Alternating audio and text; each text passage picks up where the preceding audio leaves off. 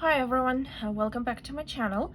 So as you can tell, what I'm gonna be doing right now, I have several albums here and I decided to open them up on camera and actually do a voiceover, because usually I do just music, no words videos, which I enjoy making, to be honest.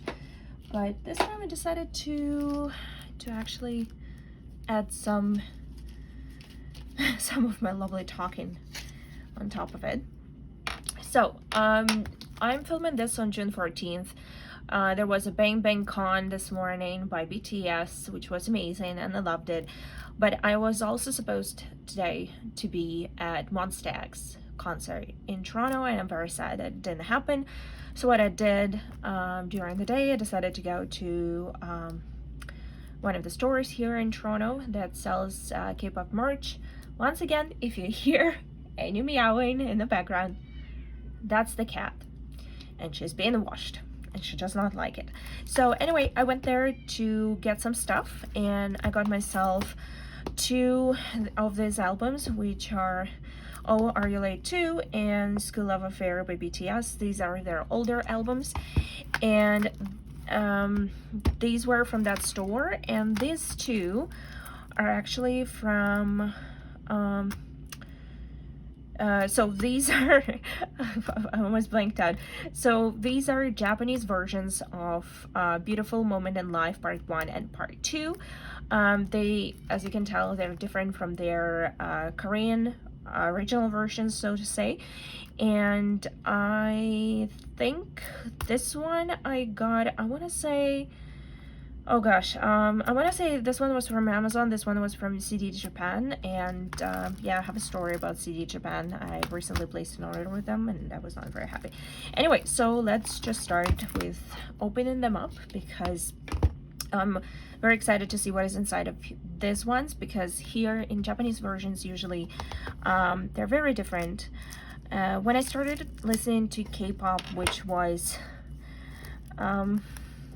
so basically I started listening when Donbanshinki or TVXQ debuted, which was spring or summer 2003, I want to say. So basically I started listening to them since their debut, which was Hug. The song was called Hug, the video was Hug, it was super cute. And I was not familiar with that K-pop boy band concept before that, because I only listened to Japanese music before. Yeah, I'm a long time Asian music fan. So yeah, that was my first K-pop group, and I was so in love with them. And I supported them till their split, and then I supported JYJ, and then I took a bit of a break. Long story short, I actually have it written on my blog, I believe. Yeah, I'm gonna link that post down below. Basically, I called it, I listened to K-pop before it became popular or something. So I discovered BTS only a year ago, so I'm very new. And I do not own, I just own a very few of their albums and very few of the old ones, so I'm kind of doing my backlist purchasing. Anyway, sorry, I'm stalling.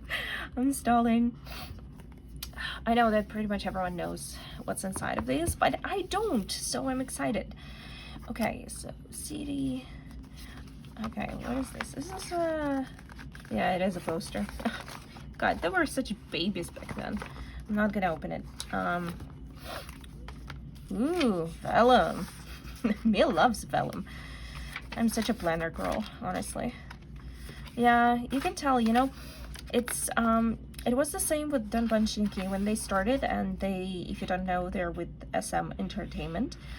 When they started, their albums were also like teeny tiny, barely any photos inside and all of that.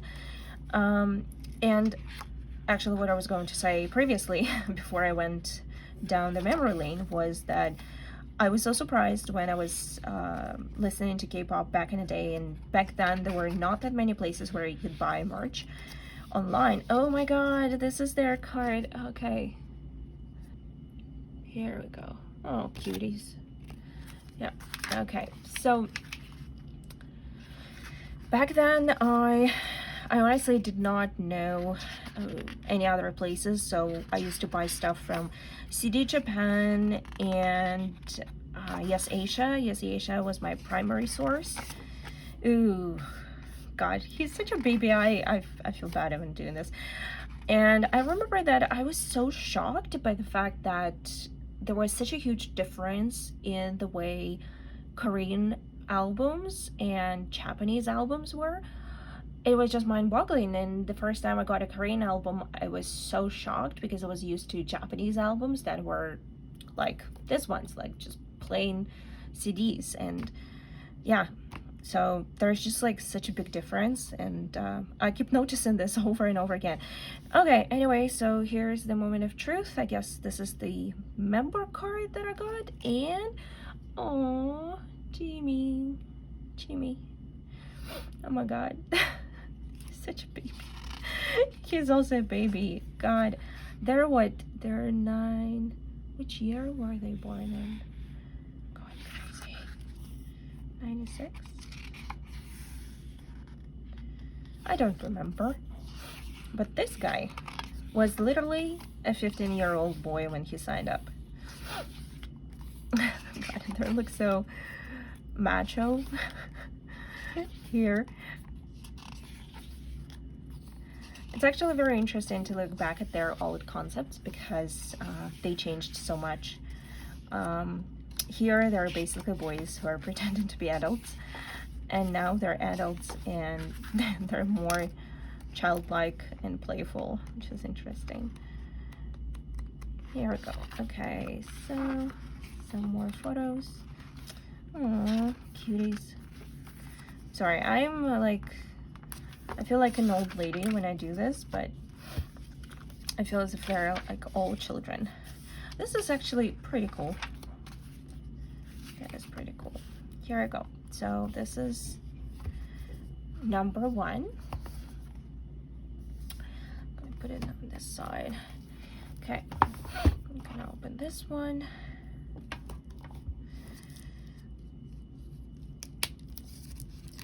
So I think that album, if I'm not mistaken, was there, what does it say actually here? I should say somewhere. Was there, what, second mini album? I always get confused because Asian music has like singles and EPs and mini albums, which are basically almost like albums. So there we go. Okay. I know it. So if you see something like wet here, it's just because I brought everything from outside and I was sanitizing everything. So if there's anything on top, it's just the, I guess, some remains of the sanitizer. I'm not a huge fan of this type of typography, and this is obviously like this one. It's their old logo. This is their second mini, so this must be their first mini. Gosh, I really should be a better fan. I'm surprised I don't remember that. Okay, so track list.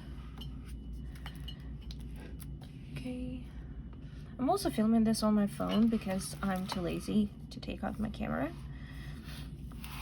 Aww, gosh, such a baby. I cannot. Okay, CD. I was going to say that it's funny when you're a K-pop fan, you basically just collect this stuff for the merch, because I have all of their albums on Apple Music anyway. I know that that early in their career, when they were so young and obviously not as experienced and they were underdogs, now they're like worldwide famous. Back then they, oh my god, that's too much in one place. Oh my god, this is so cute. So this looks as if it's perforated. Oh, it's like a ticket. And this is from a RAM, and it's detachable. Oh, that's cute. Oh, stickers. God, look at those. That's funny. Anyway, what I was going to say is that they were underdogs, and they were getting a lot of hate. They still do, as a matter of fact. It's just like they have way more fans than anti-fans. But I know that there were some songs from their earlier albums that spiked some controversy, and I'm sure if you ever listened to BTS, you probably know which ones. And it's actually amazing to see how much they've grown as artists. Trying to act all tough. Yeah, sure. Well, no, Suga, that you're just a big softie inside. Yeah. So, let's see. Track lists, lyrics. One of the things that I get asked by people who do not listen to K-pop, or J-pop for that matter, I often get asked, like, do you speak Korean? I'm like, no. How come you listen to songs that you cannot understand? Well, as someone who's, well, English is not my first language. There was a time in my life when I listened to English songs and I could not understand them. So what is the difference? There's no difference to me. Sometimes not being able to understand the language is even better, because I'm able to focus on the music and the beat and how, like, it just, the way it sounds, as opposed to being focused oh, my favorite cookie. Yeah, undercut looks good on him. Yeah, then focusing on the lyrics. I do read lyrics, the translations, and sometimes after listening to a song, reading lyrics kind of makes more sense. But no, I do not speak Korean, even though I might, you know, considering how many years I've been listening to K-pop, I picked up a word or two. But generally speaking, no, I do not. So I guess that's all we've got in terms of cards here. Okay, that's cool. Oh, Jimmy. Anyway, and what is interesting is that I got into K-pop from listening to J-rock and J-pop, and I got into J-rock and J-pop from watching anime and learning Japanese language. So there was a period in my life when, for a couple of years, about 3 years, I studied Japanese, and oh wow, here's the cat. And I was getting some very good progress, but I had to drop it, and it's been years. So I'm trying to pick it up again, but she's not gonna let me. I don't think she's gonna let me film this in peace, but nevertheless. So I've been trying to pick it up recently. I'm not doing much progress either, because I'm just bad at that sort of thing. So I'm opening this one, which is Most Beautiful Moments in Life, part 1. As you can see, this is their Japanese album. It has a DVD that comes with original and also, I believe, Japanese versions of those songs. They're all available on YouTube, but once again, who cares when you can spend money on this? Yeah, so you see the difference. So this is how it just looks so plain compared to Korean versions. And I actually do not have this album, a Korean version of it. I'm gonna get it at some point, but I have the repackaged version. Oh gosh, I don't want to. This is one of the things why I absolutely always hated CD cases. But I just really like the concept of this album. Yeah, you see, nothing. There's like, that's it. Reminds me of all of those CDs I used to buy in the 90s. Zero difference. So, if you ask me why I bought it, just because I want to have a collection of their CDs and their albums and DVDs, etc.